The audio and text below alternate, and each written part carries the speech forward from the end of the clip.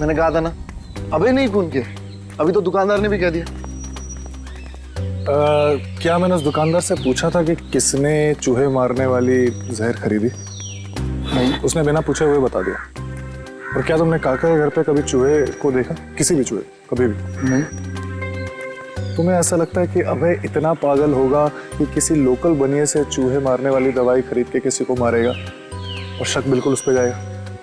नहीं। कभी किसी आम आदमी को 2.5 किलो चूहे मारने की दवाई खरीदते हुए देखा है? कभी नहीं।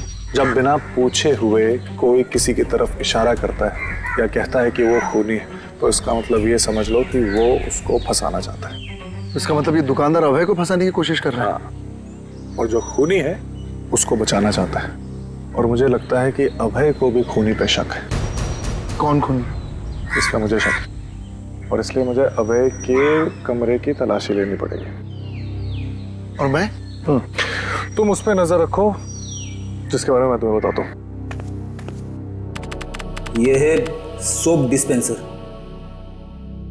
और ये देखिए वॉश बेसिन का एरिया अभी भी गीला है, बुरी तरह गीला है। इसका मतलब वाइन ग्लास उसने यहीं कहीं रखी थी। आपने बुलाया सर मुझे? हाँ, ये बताओ पार्टी में आने वाले लोग वॉशरूम में आके भी ड्रिंक्स करते हैं क्या? हाँ सर, कभी कभी करते हैं।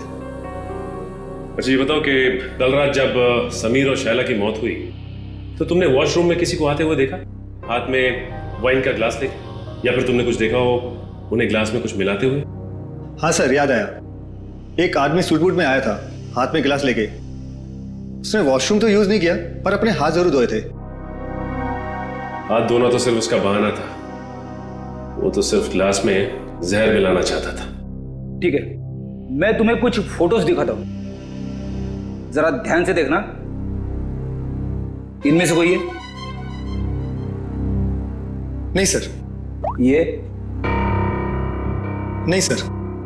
ध्यान से देखना। हाँ सर, ये था।